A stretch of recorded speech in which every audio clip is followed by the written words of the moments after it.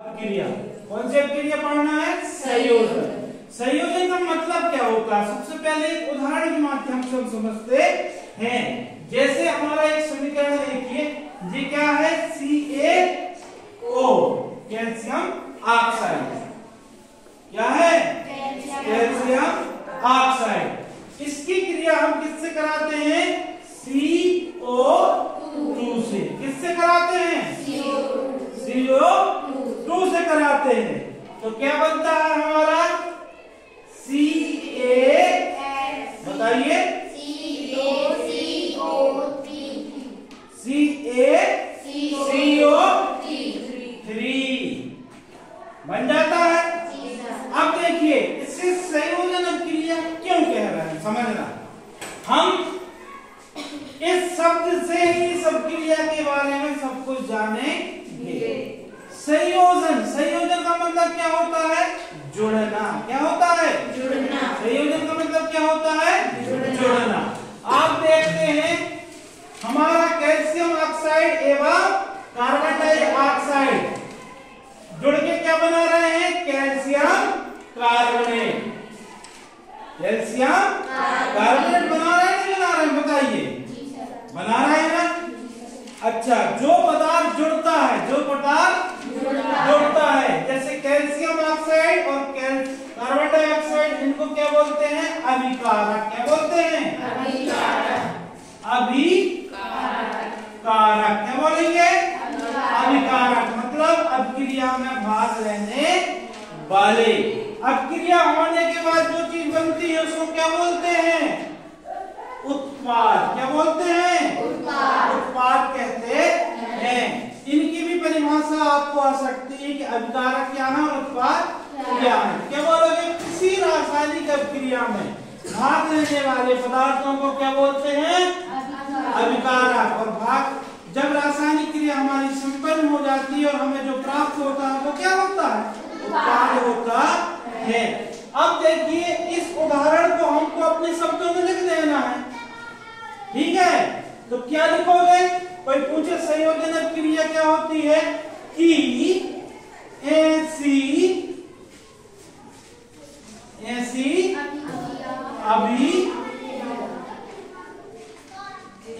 अभिक्रिया जिसमें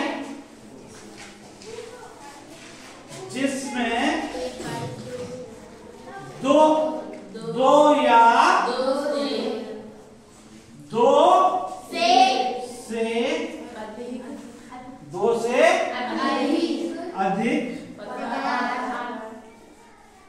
अधिक पदार्थ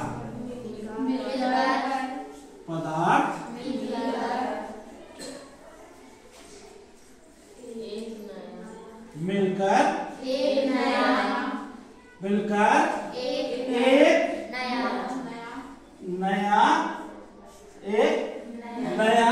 एक नया उत्पाद क्या बनाते हैं? उत्पाद क्या बनाते हैं? एक नया उत्पाद क्या होगा? एक नया उत्पाद या पदार्थ। उत्पाद या पदार्थ क्या करेंगे? पदार्थ बनाता या बनाते हैं। उसे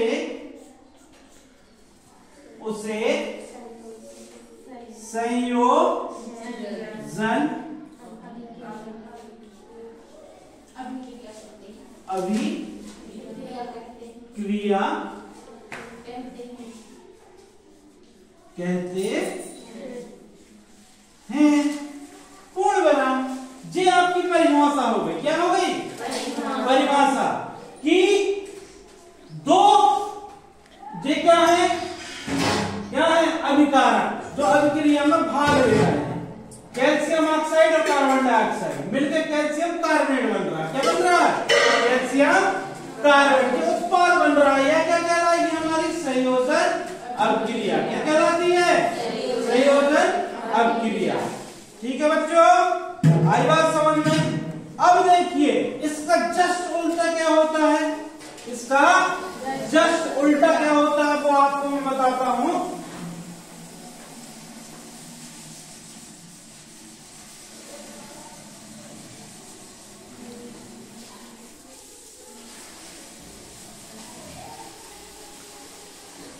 जस्ट उल्टा लिखेंगे, वियोजन होगा। क्या होगा? वियोजन। क्या हो जाएगा? जस्ट उल्टा इसका वियोजन। क्या हो जाएगा? वियोजन। क्या हो जाएगा? वियोजन अभिक्रिया। वियोजन अभिक्रिया हो जाएगी, नहीं हो जाएगी? वियोजन अभिक्रिया हो जाएगी। ओके, अब देखेंगे वियोजन का मतलब क्या होता है। अभी तक तो हमने क्या पढ़े? संयोजन। अब पढ़ेंगे क्या? वियोजन। इसी उदाहरण को समझते हैं। देखो पहले कैल्शियम ऑक्सीक्लोराइड। कैल्शियम ऑक्सीक्लोराइड जब टूट जाएगा क्या हो जाएगा? टूट जाएगा। टूटने से क्या बन जाएगा? कैल्शियम ऑक्साइड और CO2 कार्बन डाइऑक्साइड बन जाएगा, और कार्बन डाइऑक्साइड बन जाएगी। क्या बन जाएगी? कार्बन डाइऑक्साइड बन जाएगी। अब इसका दूसरा उदाहरण भी हम समझते हैं।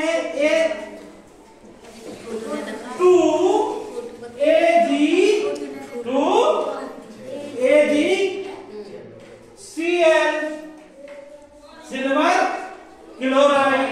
ये वियोजित कर दो इसको, क्या आ जाएगा? Ag क्या हो जाएगी वियोजन में? 2Ag और Cl2 दो क्लोरीन के अणु। वियोजन हुआ नहीं हुआ?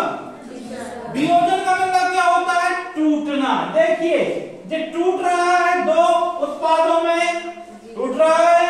यह अभिकारक हमारा एक है जो टूट रहा है। टूट रहा है नहीं? टूट रहा है। अब इसको भी हम कैसे लिख सकते हैं? लिख सकते हैं ना, वैसे ही लिख सकते हैं कि ऐसी अभिक्रिया जिसमें एक अभिकारक या एकल अभिकारक वियोजित होकर दो उत्पाद बनाते हैं। लिख सकते हो ना? कि लिखूं क्या? मैं लिख दे रहा हूं। चलो, ऐसी अभिक्रिया जिसमें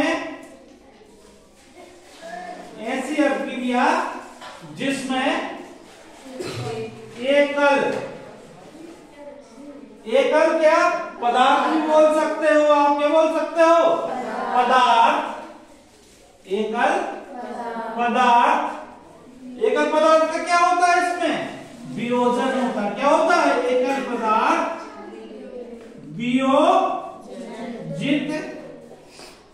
वियोजित हो कर क्या बनाएंगे? दो अलग अलग या दो से अधिक क्या बनाएगा? उत्पाद। क्या बनाते हैं? उत्पाद। क्या बनाते हैं? उत्पाद। दो या दो से अधिक उत्पाद या पदार्थ। इसको क्या बोल सकते हो? उत्पाद या पदार्थ बनाते हैं। आई बात समझ में? आई बात समझ में? ओके, अब जो समझ में आया कि नहीं आप जो बताएं मुझे। आ गया ना? ठीक है। डाउट देखो, हमें शब्द पकड़ना। क्या पकड़ना है? वियोजन का मतलब होता है टूटना। क्या होता है? टूटना, टुकड़े टुकड़े होना। जैसे यदि मैं आपको एक एग्जाम्पल देता हूं यहाँ पर सिंपल, कि मेरे पास क्या है? यह एक चाक है। क्या है? इसको मैं वियोजित कर दे रहा हूं। देखो दो पदार्थ बन गए, दो उत्पाद बन गए ना? और संयोजन में इनको मैं इकट्ठा कर दिया। ये दो प्रकार की रासायनिक अभिक्रियाएं हो गई ना। अब अगला हम देखते हैं, पहले हम देखते हैं कौन सी अभिक्रिया देखने हैं आपको, इसके बाद देखते हैं हम विस्थापन। क्या देखते हैं? विस्थापन। क्या देखते हैं? विस्थापन। इसको साफ कर देता हूं। अब विस्थापन शब्द से ही कुछ समझ में आ रहा नहीं आ रहा आप लोगों को? आता होगा विस्थापन शब्द से समझ में? आ रहा कि नहीं आ रहा? आ रहा होगा ना। विस्थापन का मतलब क्या होता है? विस्थापन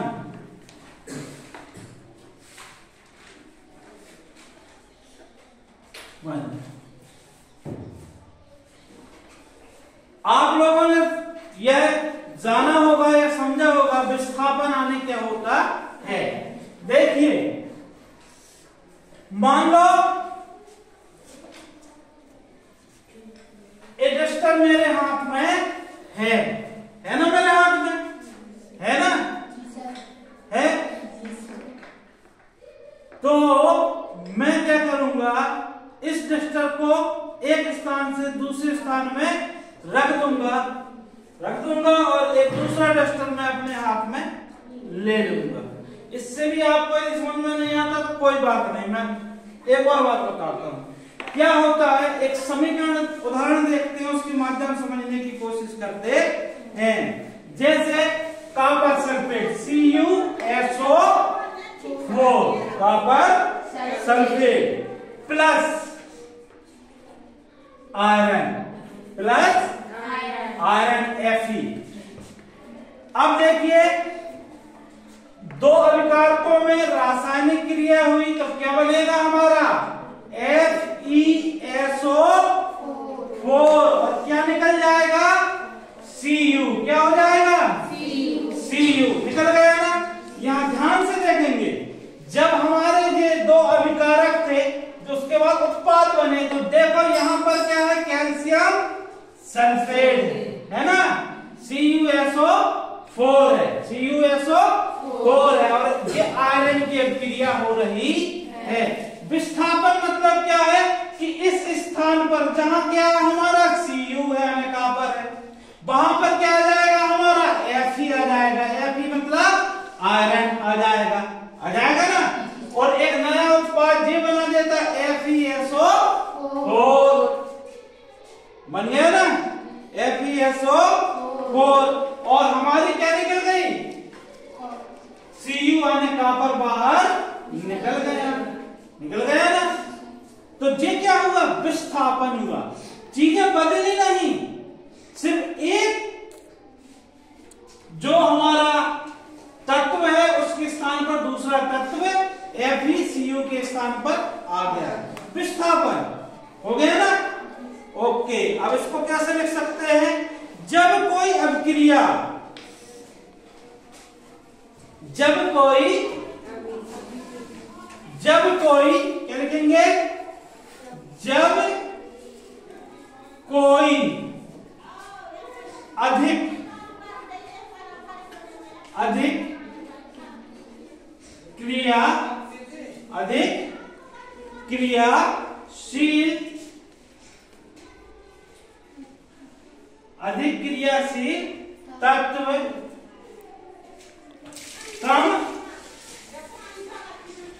क्रियाशील तत्व कम क्रियाशील तत्व को कम क्रियाशील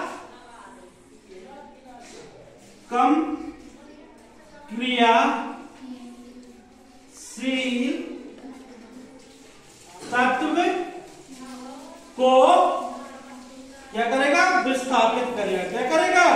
तत्व को विस्थापित कर देता है। तत्व को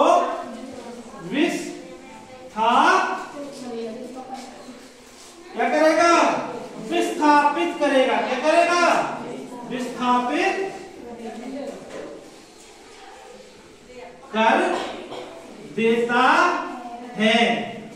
कर देता है। तो इस रासायनिक अभिक्रिया क्रिया को, तो क्या बोलेंगे हम? तो इसे विस्थापन, तो इसे क्या बोलेंगे? विस्थापन।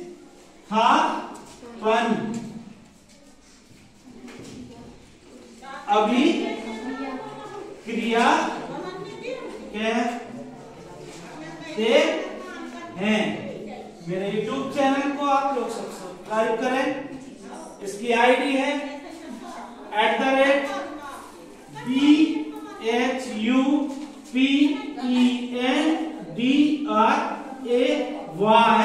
@BHUPENDRAY14। तो इस प्रकार तीनों अभिक्रिया हमारी हो गई ना? इस प्रकार 3 अभिक्रिया हो गई। आपको सिर्फ कॉन्सेप्ट में ध्यान देना है, शब्दों में ध्यान दीजिए और एग्जाम्पल में ध्यान दीजिए। एग्जाम्पल समझ गए तो इस चीज को आप अपने शब्दों में भी लिख सकते हैं। थैंक यू, धन्यवाद।